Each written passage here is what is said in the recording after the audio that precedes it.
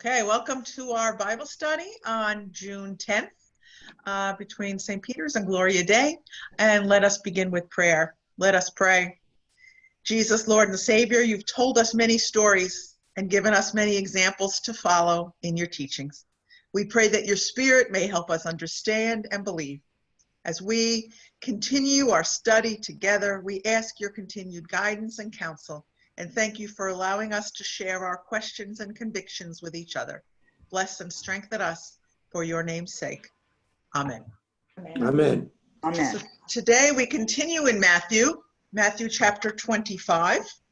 Last week we had the story of the wise and the foolish virgins, or the bridesmaids, depending on what your Bible called them. And this week we continue the story immediately after, which is chapter 25, verse 14 to 30, probably called the parable of the talents. So if someone would like to read 14 to 30 for us. Oh, I'll read. Oh, okay. Okay. For it is as if a man going on a journey summoned his slaves and entrusted his property to them. To one he gave 5 talents, to another 2, to another 1, to each according to his ability. Then he went away. The one who had received the 5 talents went off at once and traded with them and made 5 more talents. In the same way, the one who had the 2 talents made 2 more talents. When the one who had received the 1 talent went off and dug a hole in the ground and hid his master's money. After a long time, the master of the slaves came and settled accounts with them. Then the one who had received the 5 talents came forward, bringing 5 more talents, saying, Master, you handed over to me 5 talents. See, I have made 5 more talents. His master and to him, well done, good and trusty slave. You have been trustworthy in a few things. I will put you in charge of many things. Enter into the joy of your master. And the one with the 2 talents also came forward, saying, Master, you handed over to me 2 talents. See, I have made 2 more talents. His master said to him, well done, good and trustworthy slave. You have been trustworthy in a few things. I will put you in charge of many things. Enter into the joy of your master. Then the one who had received the 1 talent also came forward, saying, Master, I knew that you were a harsh man, reaping where you did not sow, and gathering where you did not scatter seed. So I was afraid, and I went and hid your talent in the ground. Here you have what is yours. From the bathroom. Want me to go on? Yeah, till the end of that, till 30. All right, but his master replied, you wicked and lazy slave, you knew, did you, that I reap where you ought to have invested my money with the bankers, and on my return, I would have received what was my own with interest. So take the talent from him and give it to the one with the 10 talents. 5, for to all those who have, more will be given, and they will have an abundance. But from those who have nothing, even when they have, will be taken away. As for this worthless slave, throw him into an outer darkness, where there will be weeping and gnashing of teeth. Okay. So that's another judgment parable today. And it talks about talents. Who know, what do they mean when they say talents here? What are they talking about in the story? Money. Money, 15 years of wages. 1 talent was 15 years of wages. Right, so that's a lot of money, right? What would that Yeah. be today? That would be lot of money. A lot of money. a lot of money, right? So if just one talent was 15 years of wages, 5 talents is 50s, what, I don't know the math, 75? 75. 75 years worth, which is like more than most people would be earning money, right? Yeah, you could retire. Yeah, I mean, and you don't start earning when you're a baby, so, you know, Yeah. so that's I like this. I like the suggestion that Jesus uses a figure that is more money than he or anybody who heard him had ever seen. Right. Yeah, so it's an astronomical amount of money, right? So what do you think the intention was of the master? The master gave them all money. What do you think his intention was when he gave out the money? Well, for them to use it wisely and invest it in something worthwhile. Okay, did he tell them that? Do you think they understood that? I think he trusted them. He put trust in them to use it the way they saw fit. Okay. So I think he like assumed that they would know that they were supposed to give him more back than he gave them? He gave it to them without many strings attached, I don't think.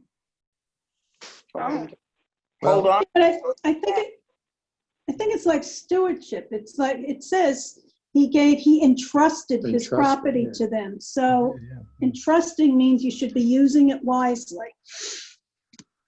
Mhm. Right? But wise is in the eye of the beholder, right? Well, Well, more is always better. yeah. What is wise for one person might not be wise for someone else. So what were some of the methods that they used? What were some of the tactics that they used to One did day trading. Yeah, to day trading? to the stock market, yeah. What was the stock market? Yeah, he was a day Right. trader. Yeah. All right, what'd the other one do? Just says he made 2 talents. Yeah, He just made. made.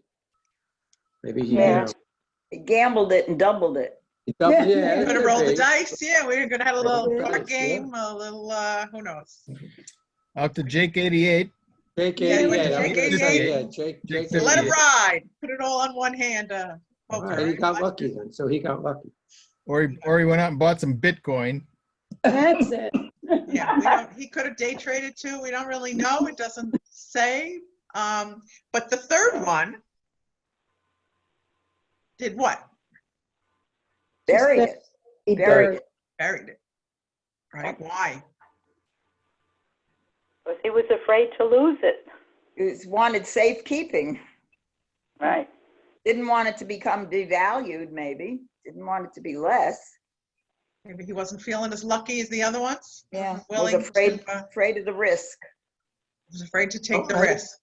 He Right? did say he was afraid. He was afraid, and I mean, I think this owner, this master, I think he wants something back. So, you know, the 2 guys did well and was able to pay back what they were loaned. This guy figures if I screw up, at least I can give him back the one that he gave me, and I'm more than what, you know, I'm not better or worse for it. I'm out where I started from, you know, so. Right. Probably figured, how can he be mad at me? I kept his money Yeah. safe. That's Right, yeah. he didn't I really like- ask me to do anything else. I'm not risky type person. I want to just hold on to what I got. And I can give it right back to him if he says, where is it?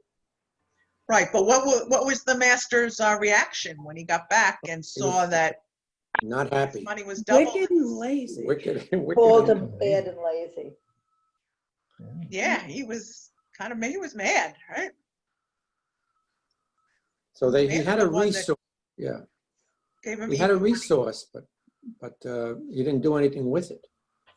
He had a gift. Right, and he praised the other 2, right? Called them good Yeah. and faithful stewards, that they took good care of his money. They doubled it for him. Did the master really say that he wanted something back from it? Or he wanted them to, be, useful with it, or you know, He be didn't really something that- say, right? I mean, he said he He was said he gave entrusting it. it. And He didn't say trusting, right. I think he means to be very useful with it. Don't waste it. Yeah, Try to, and he doesn't say give it back to me. You're right. Yeah, he doesn't even say, he entrusts it, which is You when didn't trust him, but that word seems very strong. It's um, Yeah, to whom did the money belong? To the Certainly to the master. master. yes, yeah. At the end of the parable, to whom did the money belong? The master. Still the master, yes. Yeah. He never relinquishes ownership of the property. No. He does entrust them to invest it, but it's kind of assumed that part of the story is that he would get this, what is his own property back after returning from a journey. It's not like he said, here's an inheritance or here's a gift to you. Yeah, Uh, yeah. It's his own property that he's entrusting, and he expects on the return, he's only going away temporarily. And when he returns, he expects it back, his own property. right. Yeah. I never noticed this before, but I'm just thinking that the two that made money could have kept the profit to themselves. Couldn't they have? And And just just returned what was Yeah. given. Initial, And just return, or the first one made 5, he could have maybe said, oh, I made 3 and kept 2 for himself. I get that's his VIG, what do you call it when like loan sharks, they're or whatever it is. 2 for 1. And the same with the other one, they made 2, he could have said, well, I made 1 and kept 1 for himself. Or the master being, if he was a generous master, he could have said, wow, that's awesome, I'm gonna share some with you. Right, but he didn't do that either. He just on assumed. verse 15, it says he gave to each one according to his ability. Yeah. Aha, right. Yeah. Very So good. he gave according, I mean, why did he give less to the one? Did he hope that he would step up to the plate and do more with it? We don't know. So let's try and imagine if you had to make a list of these servants' abilities. They were given according to their ability. What abilities do they have that you could tease out from the story? What abilities are there? Well, the guy who made the Say extra, what you're for. what choice? But the guy who made the in most charge of it. talents apparently was a good banker, a good money manager. That was one of his, Which one was? Which one was? the one who made the most, who made the most. Okay, the one who was trading. So he's a good Right. trader. Right, Might you say he's a smart investor? right. Okay. He doubled his money, yeah. Other abilities.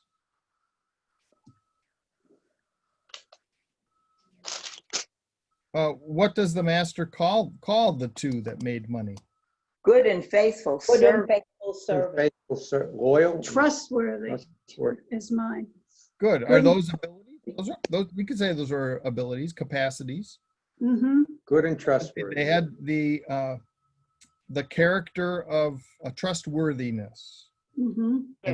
And good could mean a lot of things. It can mean good character, good moral character, honest. In other words, this is an answer to Pastor Policino's question. Why didn't they keep part of it and just give a smaller portion back? Because they were honest, they were good and trustworthy in that sense, but also good in terms of skilled investor, as you said before, smarter investor. Good with money, we could say. I think that trustworthiness is a pretty interesting characteristic to put down on a list of abilities. It's as if the master understood this about his slaves from the beginning. and he gave them according to their trustworthiness, according to their ability. It was at least one feature of the character that he surmised. Anything else in terms of abilities? He gave according to their ability. Well, I think these two guys may have been fearful because the third guy says, I know you're a very harsh person. So I'm wondering if these two said, hey, look, he's given me 5 talents. I got to do something with this. He's given me 2. I better do something because he's going to hammer us when we get back. So I think there's a bit of a fear there. I mean, maybe they respect well, they know they I have like to. what you're saying. Keep going. Yeah, I mean, I think they have to somewhat be wary that this may be a little test of something, that he's doing because he's a harsh and, he wants something back. He doesn't reap where he sows. He doesn't do anything to earn it. He expects the other people to earn I think he's a crook. it. I mean, really, he reaps where he doesn't sow. He gathers where he Yeah. didn't scatter seed. I mean, Yeah. he's taking other people's. He doesn't do anything. Yeah. Yeah. Yeah, I mean, obviously, these slave and this master had a relationship, right? They knew each other. Yeah, So they right. knew him, he knew them. So they had seen his behavior in the past. Maybe he had done this before, who knows? Yeah. Maybe this was not the first time he did it. So maybe those two were like, gee, I know he's going to want more. I better get hustling and I better make sure I have more money. Or they may just know his character. How would you describe him? What words would you use to describe the master? Well, Judy thinks he's a crook. Ruthless. Nice. A Ruthless. member of the mob. I'm not a Remember the mob? Yeah, I thought the same All thing. right. He was part of the mob. Well, I think he's a strict disciplinarian master. I think, to tell you the truth, he's not taking any guff from anybody. He doesn't expect anybody. They better do what they're supposed to do, even though I don't do it. But Maybe he was testing their responsibility though, because he says when they show up, he says, you have been faithful with a few things.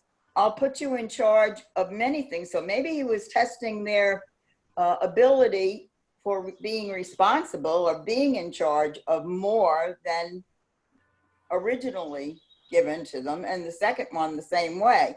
Maybe he was looking for people he could put in charge, people who could be more responsible, more loyal to his own needs interests. And maybe making more, develop his own, property more. Yeah. Right. I think Yeah, the maybe onus he's looking is for a new manager or something, or put them in Promotion promotion level. time. A little I test think it to is see a- who I gets a think it is a- promotion. Yeah, I think it is a test. Definitely. Yeah, He gives the third guy a chance, let's see what you can do. Mm. But the one, the third guy is just beset, I think, with fear. And I think the third guy actually, though, he insults the guy. He insults the master. He's telling him, hey, you're not, you don't do anything. You don't reap what you sow, and you don't scatter what we do. So I think the owner got mad at him too. Not for anything, but he's mad at him because he insulted him on top of not doing anything with the money. right. He dared to call him a crook. He dared to call him that. That's Maybe why- everybody knew he was a crook, but this was the only one that dared to say that. Actually, yeah, to the his third face. guy had a little bit of guts in his, but he's Right. thrown out. And he got, tossed out, weeping and gnashing of teeth. Well, I reminded him of the 5 virgins there who didn't put the oil in, like you're out of it, you're out, you're done. Right. The Close door the door. slammed. The door Right, the slammed. bridesmaids that got the is door slammed in their yeah, face. Yeah. Yeah, Right. so this guy, he's got to go out and make it on his own, this poor slave. So let's But he's look at pretty, verse 29. It says, to all those who have, more will be given, and they will have an abundance. But from those who have nothing, even what they have will be taken away. yeah, see, that's kind of, Yeah, that doesn't seem fair. That would make you fear somebody. Okay. How might we restate that today, in today's words? What would be another way of saying that? Well, sometimes we say those who have get more, and those who don't have anything, they don't get anything else. The rich Seems get like the richer. The rich get richer and the poor get poorer. Yeah. Yeah. Well, everybody was given something. So I look at this as not money talents, but just a God-given ability. Right, And that's what. here's, I'm going to give you a good personality, like in Corinthians. You're going to be a prophet. You're going to be, you can interpret spirits. You're good with tongues. So do something with it. I each gave each of you something. It doesn't, one guy a little bit more talented than the other guy, but each of you has something which is all from me, God. Yeah, I like to think that God is the master too, and he Yeah. gives Yeah. according to needs and stuff. But it does say, and this bothers me a little bit, that he was a harsh man and he reaps where he doesn't sow and stuff. So Oh, God doesn't do that. no, God doesn't do Right. it. So so if we say that the master is God, how does now this interpretation of what we think, so what words would you use to describe God if you were to? We talked about what words we used to describe the slaves and the master. What words would you use to describe God? Not necessarily from this story, but just from your experience, from your head, from your faith. What words would you use to describe? Loving. Loving. Benevolent. Forgiving. I keep thinking of the catechism and the meanings of the commandments that says we should fear and love God. Mm-hmm. Above all things. Yeah, good. Sometimes we get troubled by that word fear when we attribute it to God. But earlier in the parable, we noticed that the third slave certainly says he was afraid. The And that's first what- two seem to act, Joe said before, out of some fear, but then you quickly added respect. Yeah, Respect for. I think that's. And that's how we often nuance that word fear when it's attributed to God. We talk about awe and respect for God. So Luther says we are to fear and love God so that and he explains all of the 10 commandments this way in the Small Catechism. We should have such love and respect and honor for God that we such and such. I think is a good way to translate that. But I've always been reluctant to give up that word fear about God, because there are some fearsome things about God's character and about God's story in the scriptures that are really probably pretty instructive for us, in such a way that we might say that it reminds us that we are not God, that God is worthy of our respect and awe, and even our, Moses at the burning bush is afraid. King David is afraid of God when he's confronted with his sin, and there's something to that word fear that we probably should not jettison just too quickly, even when we want to attribute it to God. Right. So I think especially with the first commandment, that would be a good word to use, that we are, there's one God, that we are to, honor and praise and respect God. So that might be a good Before all place things, yeah. to keep the fear, to remember that we're not God. And sometimes you probably heard that it's good to have like a healthy fear of something, like when you go to the ocean, it's good to have a healthy fear that Oh, yeah. waves could take you under. That's a safe thing, to have a little bit of a fear, knowing that, you know what, the ocean is a powerful thing and we have to respect it and know that it's very powerful and, you know, Oh, like a healthy fear of it. there's many, there are parables and there's many things in Matthew and Luke where they're saying, hey, woe to you who doesn't do this, and woe to you, you people, you know, you vipers, you this, and it can be there is a lot of fear there about if you don't, you know, get on board, you know, you're going to be shut out.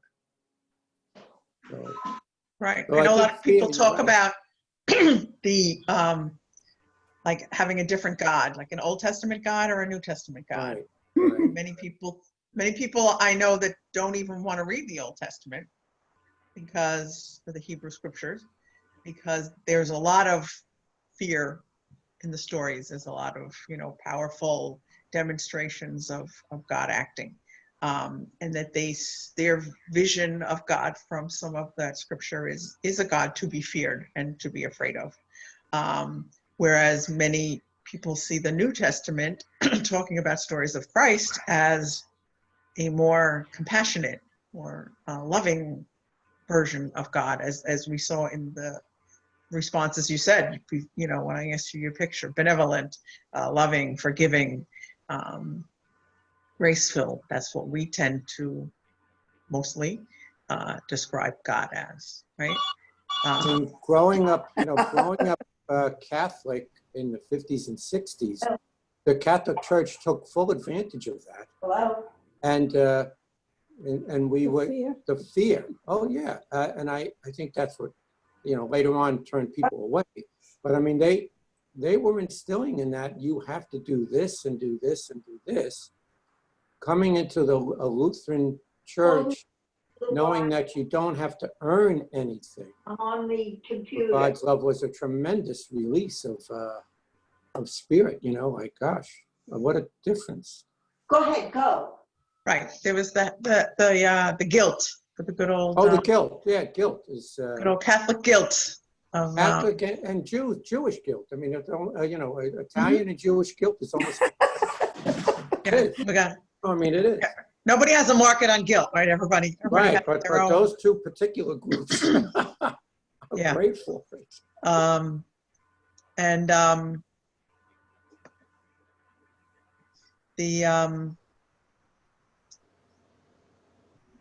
lost my train of thought.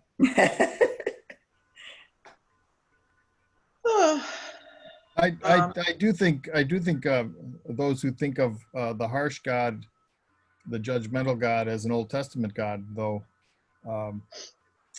need to read this parable and see that this is Jesus' depiction Speaking. yeah, we don't just have a lovely, compassionate, caring, sweet Jesus kind of God throughout. And Joe's right to point to the book of Matthew in particular. The Gospel of Matthew is not afraid to share this judgment piece of who God is about. So it's a good antidote to those who are reluctant to embrace the Old Testament. That same picture of God is rife throughout Matthew, at least Matthew's depiction in Jesus' teaching. So if we go ahead. When we make this movement and read the Master as God, and I think that's an appropriate way to interpret this parable. We'd simply go on to say, though, that we can't leave this parable all by itself. Far less can we leave just verse 29 as that picture about what God's desire really is, that God will take from those who have nothing and give only to those who have. And so that we, if we were to go away from this parable thinking that the rich get richer and the poor get poorer is a good Bible lesson I would hope we would want to challenge that, and it's Yeah. not a helpful way to live your life Right. or to see the world. If you take one verse out of context, you can get there, and I'm saying that's probably not a very spiritually healthy or wise, prudent way to read the scriptures. In fact, this parable is one of three parables in the Gospel of Matthew in chapter 25, which is all about judgment and waiting for the end times, and like waiting for the master to return. And it dovetails very nicely with larger themes throughout the whole Gospel of Matthew about compassion and obedience and discipleship and living out the abilities that God really has put at your disposal. That stewardship lesson is important throughout the Gospel of Matthew, and this parable plays that role. Right. So if we thought of the talents instead of money, as we thought of them as our gifts, like the gifts of the Spirit, the fruits of the Spirit, things that we have, what might some of our talents be that God has given us? Things that God would like us to use.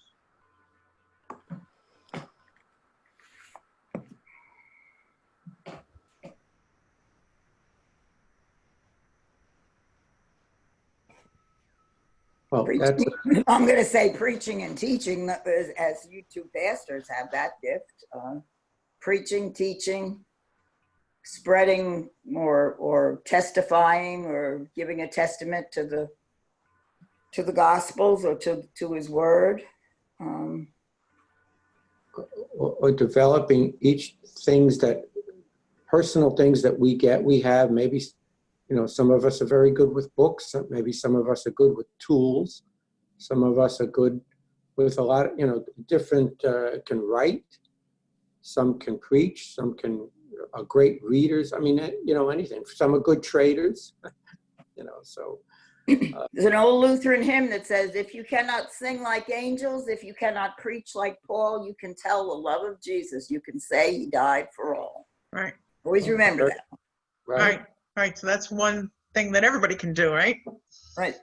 Right. And we all teach by how we live our lives, right? By our example. Hey, how, Pat, do you know the name of that hymn? I know the tune of the hymn. Yeah. Yep. Played for Sunday school. Yep. And I know that all the people of my generation thought that it was supposedly written for Pastor Paul Paulmeyer, and that they meant him as Paul and not the one, not the one they really mean. I can't think of the name. No, I can't, Pastor. Does anybody know the name? I can't think How of does it. it start again? I mean, is the name in the song itself? Yeah, she was quoting not the It's first like a verse, though. missionary hymn. It's like in the missionary section. Yeah. Yeah. I can't think of the first word either, but I know the rest of it. Hark the voice of Jesus calling. There we go. All Hark. go and serve today. There you go. I knew Fields you'd are get white it. and harvest waiting. Who will bear the sheaves away? Good. Very good. Take the task He gives you gladly. Do not, I don't know what I demand. I don't know. I'm lost now. Something in there. Let me get it for you. There is a verse that says, if you cannot Oh, yeah. preach, Yes. sing, if you cannot sing like angels, if you cannot preach like Paul, Good. you can tell the love of Jesus. You can say He died for all. Oh, very good. Excellent. If you cannot rouse the wicked with the judgment's dread alarms, you can lead the little children To the to the Savior's waiting arms. arms. Hark the voice of Jesus calling. Calling. So Who will go? I might suggest, Pastor Policino's question is, what are the talents? I like to think of this as what are the callings from God that you have been given? What are the callings? How has God entrusted you, invested in you, and called you to discipleship? That's what a talent is. That's what a biblical talent is. It's not just, hey, I'm good at playing the piano. Unless that piano playing is somehow used for faith and for God's kingdom, it's not a talent. Then it really is a biblical talent is something that is used, given by God and used as part of one's calling to God, one's vocation for God. But if that talent, if you're playing the piano and it brings joy and peace to somebody, what's wrong with that? I'm not saying anything's wrong with that. No, that's even better for a person of faith to say, yes, that's bringing joy and peace to somebody, and I'm doing that out of love for God, because I recognize that I can't do this on my own. And don't we say that joy and peace that's given to someone else is exactly what God wants for that person? So how does that person get it? Through your using your gifts. I don't doubt that. And maybe it's through your tolerance of not having to have people that are exactly like we are, but being tolerant or brave enough, or having courage from the Holy Spirit to be able to share those kinds of things without it being in our own labeled denomination or whatever. Our comfort zone. Yeah, thank Right. you. That's Right. good. So which brings us to like what's going on in our communities Today. now? Like, how do we use our talents, our calling from God to address like the racism and the calls for justice and the care for people of color in our communities? How can we use what we've been entrusted? I mean, God gives us the world to creation and asks us to be good stewards of the actual earth and the ground and things like that. But he also asks us to care for one another, right? Love God, love your neighbor, two biggies that Jesus tells us to do. So how can we use what we've been given to address what's going on in our communities today?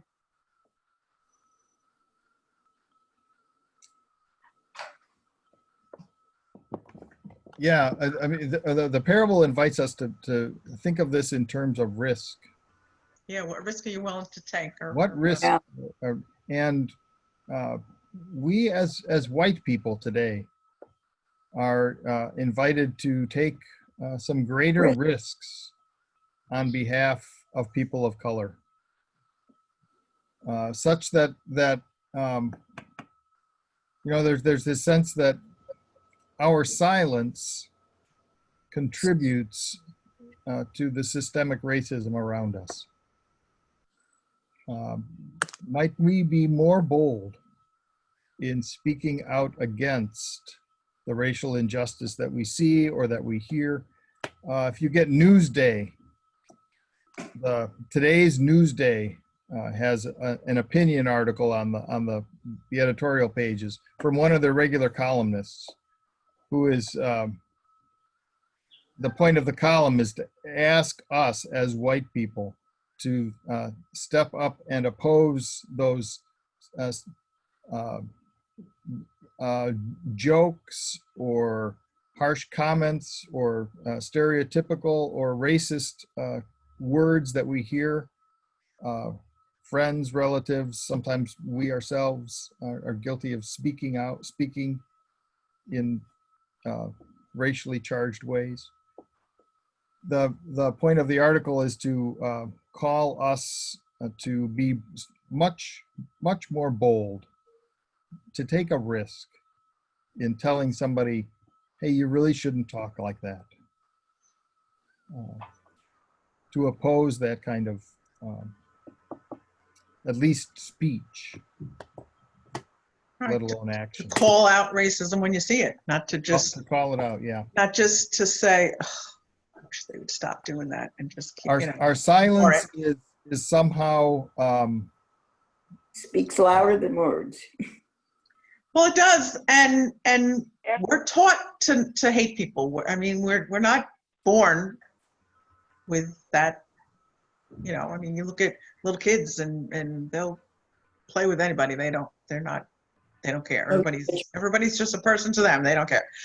It's only how we grow up and how we learn. And when we learn that inappropriate language or treatment of others is accepted, then we learn that that's okay for us to do it too. When we learn that you can treat a woman, you know, with less respect, then you learn that women are not as important. You learn that someone that speaks another language is not as important, or you make fun of them or whatever, then you learn that that can be tolerated. Same goes with, you know, people of color. If you learn that it's okay for them to get pushed around by the cops or to, you know, get thrown in jail for something that, you know, you would never be thrown in jail for, and you just say, well, that's the way it goes. They should have been there, or, you know, they must have done something wrong. Then we learn to tolerate that, and the system just keeps going and going and going, and it's like an endless hamster wheel we can't get off until somebody says stop. We can't act like this anymore. Well, I mean, I think you have to, a lot of thoughts and get formulated from your experience growing up and your experience in the work world, etc. I don't think you start growing up taught to hate. I don't agree with that. I think that sometimes you, like for example, one person I know used to get jumped in a neighborhood that had you know, people of color. One person I know, you know, I mean, in some neighborhoods where I used to work, the majority of people were of color, and people were arrested based on a crime that they committed. And so, you know, so you formulate, sometimes you formulate opinions. I think my son-in-law is black, and he had experiences negative when he was in grammar school in Michigan. And then when he went back to Jamaica, where his origins are from, he had experiences of not racism, but not because he was black, but because he was not matching with the people there. And he said, I got abused from both sides. So, you know, he has since told me that his faith in Jesus and has really helped not to react to things automatically, but to take a step back and say, you know, this is not how Jesus would react. So I think today, I think it's much better today, even though we see these incidences that occur. And I think it's very hard to make judgments of you know, but I think the idea is to, you know, try and be not just tolerating, but accepting of everybody. Absolutely, we have to do that. But we also have to admit that we, you know, whether, and it's part of the problem with like the systemic racism and the racism in this country, and probably a lot of the problems that is it your son-in-law, you said? Has experienced is, you know, out of fear of other, and assuming, jumping to judgment that because someone looks a certain way or acts a certain way or is in a certain neighborhood or whatever, that we say good or bad. Someone, we judge someone as being suspect or not being suspect. And those are the type of things that, like you said, from our history. And if we've, you know, only seen instances of someone that, is from, let's say, Jamaica or something that always gets into trouble or whatever, then that would formulate or think that everybody from Jamaica gets in trouble or whatever. But that becomes problematic when we can't brush anybody with a broad brush, right? We can't say Not at anybody all. that grew up in a certain, people from Brooklyn, is always usually they're like foul mouth. Well, not everybody from Brooklyn curses and talks, but there are a few, but there are a few anywhere you go. There are a few bad apples in every single bucket, in every color, in every nationality, In every profession too. neighborhood, every profession, there's bad apples. Right. But it's not letting those bad apples taint the whole bucket and using a few examples to say all X do this or all X are like this. Right. But the reality is that in this country, people of color have gotten this broad stroke of they're dangerous, they're to be feared. You have to, it's a fact. And while the majority, 99.9 or whatever % of police and law enforcement are fabulous and looking out for the best, there are some that aren't. And there are some that grew up thinking that it's okay to be more harsh on certain people, certain populations than on others. And that's, up to us and that's what's happening now, is that people of color are just finally saying, enough. I'm tired of, I'm sure your son-in-law, when he grew up, I'm sure his mother was petrified every time he left the house that something would happen to him badly. Whereas He didn't tell his He mother. didn't tell his parents. He kept it hidden when he but I'm was sure they knew. I'm sure they're not, I don't think they're stupid. They saw things happening to other people. So I'm sure there was, and all of us get fearful when our kids leave or go out and drive in the car, a little bit of fear. But it's like, I have 2 boys that are white. When they left, I was more worried about like a crazy car accident or something, like that. I was never worried that they would run a stop sign and say something smart out to a cop and wind up dead. That never, ever entered, never worried about that. I never worried they would get arrested for something little or get, wind up in some kind of a confrontation. That was just never part of our reality at all. Yet for parents of people of color that have kids, that is their reality every single time the kid walks out the door. They may not come home alive. And that's wrong. We can't tolerate that. And that's what this is all about, is that we need to step up and stop it. And a lot of it is unconscious. We don't consciously think about it, but it's being conscious of it and having like our little radar up. And when someone says something or acts a certain way, that's what Jesus calls us to do, is to say, hang on a minute, wait a second. And sometimes it's even maybe having to call out the fact that, well, if that was a white person, would you say that about them? Or if that, if it was maybe a Latino person that they were saying something about, if that was someone that spoke English, would you have said that about them? Getting people to realize that. I wonder if the parable isn't, the parable for me is challenging me to be riskier with the calling to speak out about injustice. And our world is showing us the prevalence of the injustice, right? Just a second, somebody at the door.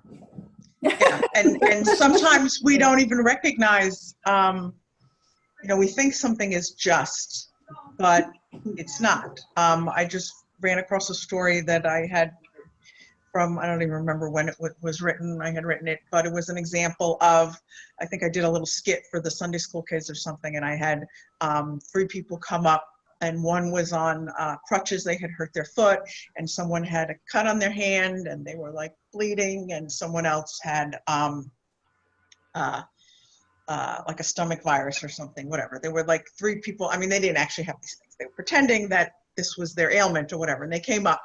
And so I was the one that was going to heal them all, and so I gave them all a Band-Aid. And so then we talked about, well, okay, the Band-Aid helped the person that had the cut on their hand, but did it help the one that had the broken leg? Yeah, or crutches? Not really. Did it help the person that had a stomach virus? No. But was I equal? I gave everybody got equal, right? Everybody got an equal Band-Aid. So I was equal in what I gave, but it was not just because people didn't get what they needed. So I think that's part of the story too, is that just because something's equal doesn't mean it's just right for the person, that we need to take the next step and think about, okay, equality doesn't always equate to justice. There's another step that we have to look for what the person actually needs.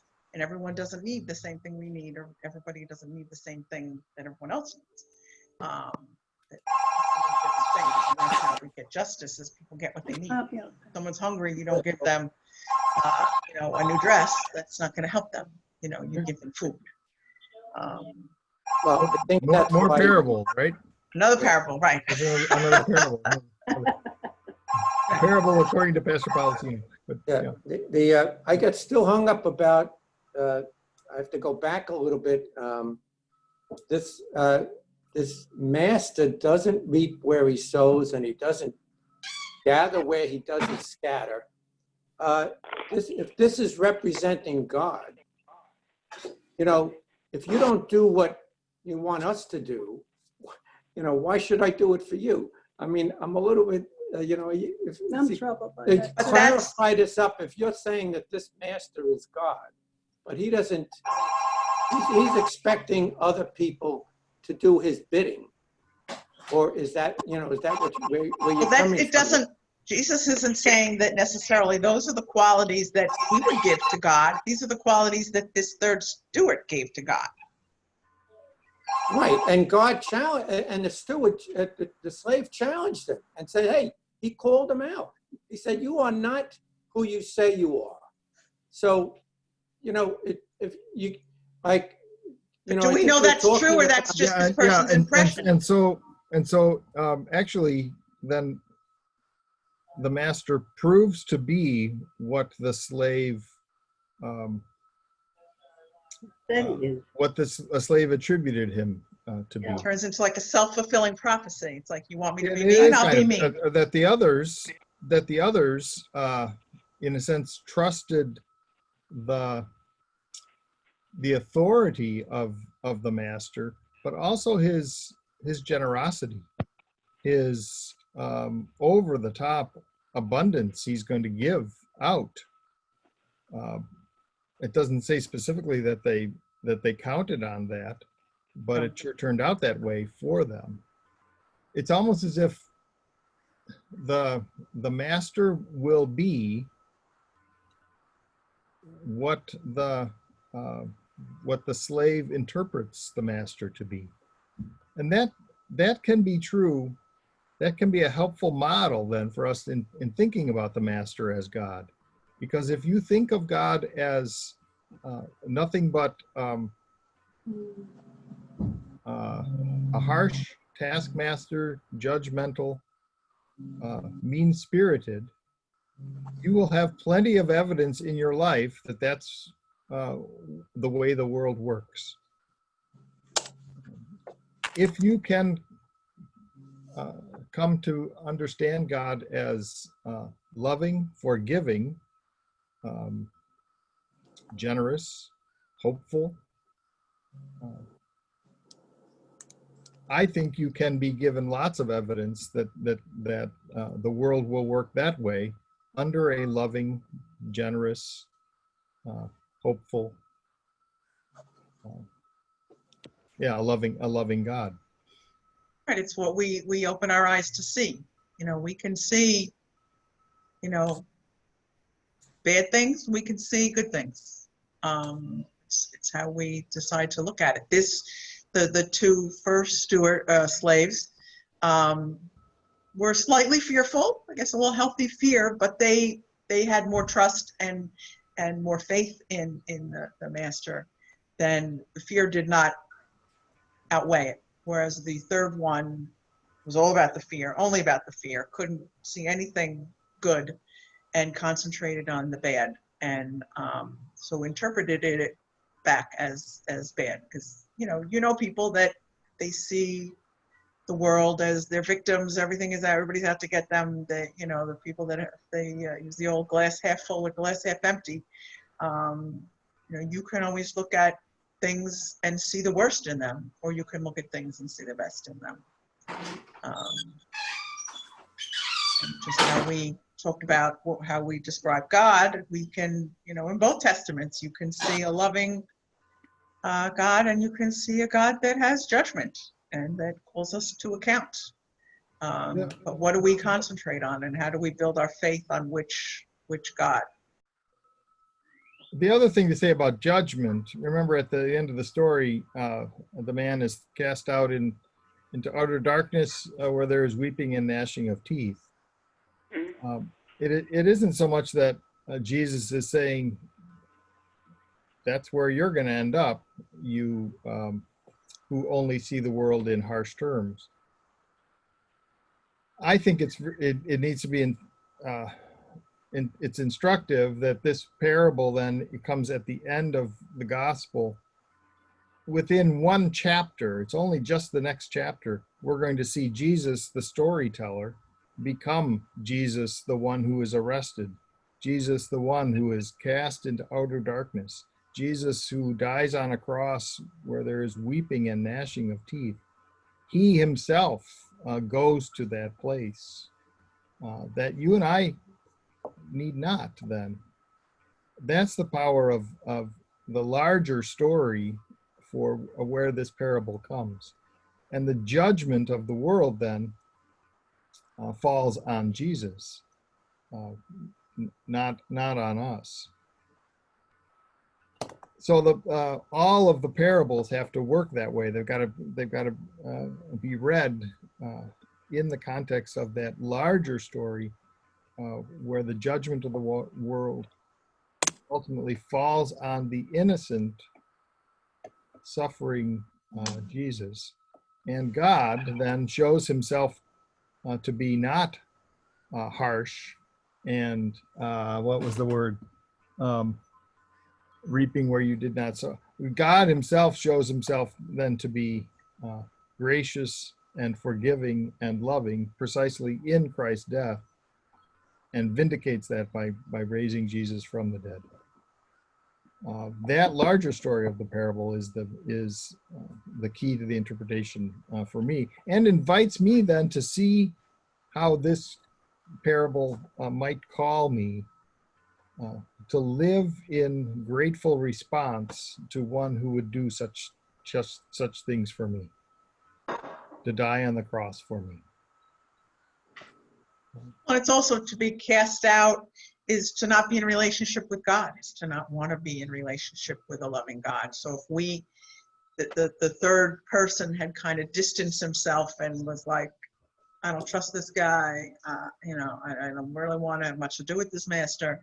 He's already shown himself to be, You've chosen to not be in relationship with me. You've done this to yourself. You've chosen to not want to be in relationship with me. Yeah. And so you won't. Say it's a little after 2 and I have to stop. I've got some other things to do, but here's a suggestion for next week. That we actually continue in Matthew 25 and read the last of the great parables of that chapter, parable of judgment, and that's the parable of the sheep and the goats.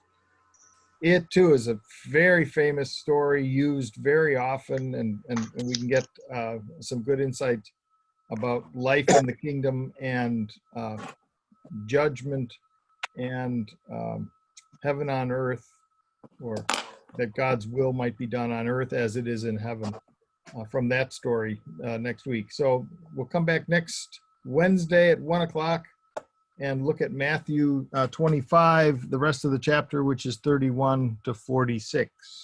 Just a quick question. I know that normally Bible study is moved to Sunken Meadow Beach over the summer. How do any of you normally go to that, and how would you feel about doing that this year?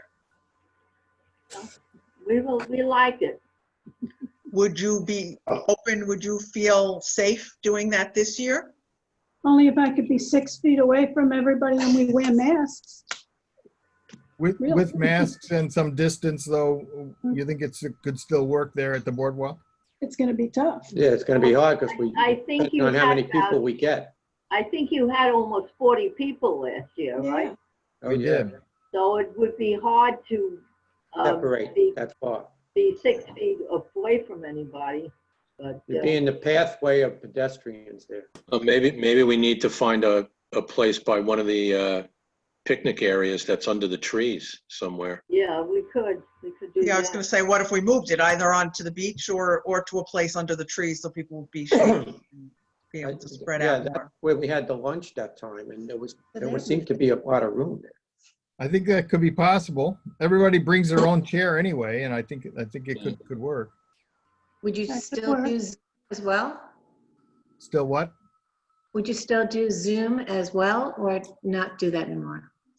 I don't know if there's internet down there. I don't Oh, know. no, We we wouldn't do, Oh, we wouldn't do that, a beach Bible study by Zoom, but we could still do a midweek Bible study sometime that isn't the beach.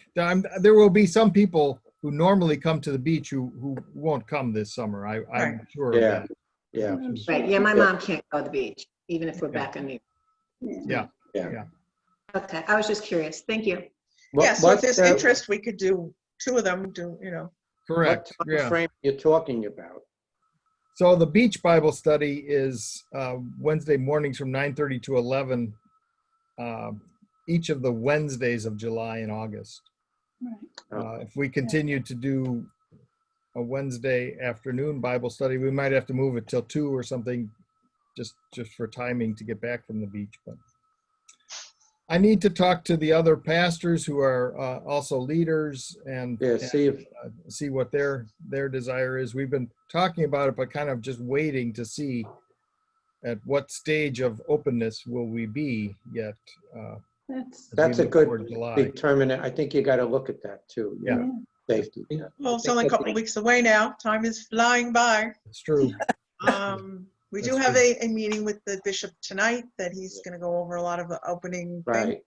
Right. So Maybe we'll get a that'll be little bit some more guidance. direction. There is more and more stuff opening up outside, so that's a good thing with this. Say, I'm going to say goodbye. I got another appointment. Okay, Bye-bye. okay, like, Bye. Bye-bye. So, yeah, all right, so we Right. will talk about, we'll see what direction we get from the bishop this evening, if he's helpful at all with that. And tomorrow, we also have a conference meeting with our pastors, so we'll bring it up and see if they are interested in doing it. So you would have how many, so Joe, and you would be willing to go, and Peter, Joyce, as long as we obviously have a mask, we have to your own keep the chair, distance. stay apart, yeah. I'm thinking that if we feel that we can have worship outside and we're to be safe, then we can have Bible study outside to be Right. safe. Yeah. I think they go together. Yeah, it's just that particular location, Judy. I was gonna say, you're in a state park. Yeah, Yeah. It's that, it's that covering that that pavilion. covering Oh, helps. I agree. We can't have it on the Yeah, board. can't If It it's- would have to be under the trees. I Yeah. agree. I mean, if it's 95 degrees, believe me, and that's much warmer in that area picnic than the wood. It is, yeah. All right, we can- So, well, we'll talk about it, kick it around. All right, we'll have to do All some right, we're gonna go. investigation, go down the beach there and check it out and find some areas that might work. Joe, are you logging into that meeting tonight? Absolutely, yeah. Okay, all right, good. Me You too. need any info, Pete? No, I'm already registered. Yeah, me too. Okay. All right, I'm so gonna I be don't know there. if we'll see you tonight because there's gonna be like 250 people on I it, so think we probably we're won't. all, yeah, we're gonna be muted anyway. All Everybody right. like a postage stamp, I think. Yeah, exactly. They probably won't even show the video because they'll probably have something to show. That's true. I was on a meeting with a lot of clergy last week. There was 125 of us, and it was like 5 pages of scrolling through people. Oh, that's, wow. Yeah. And they were a little, but anyway, so God bless, have a great week. And Take care. Thank you. We'll see if we Thank have you. a Thank you. direction God on that. bless. Bye-bye. God bless. Be Bye-bye. safe. Bye-bye.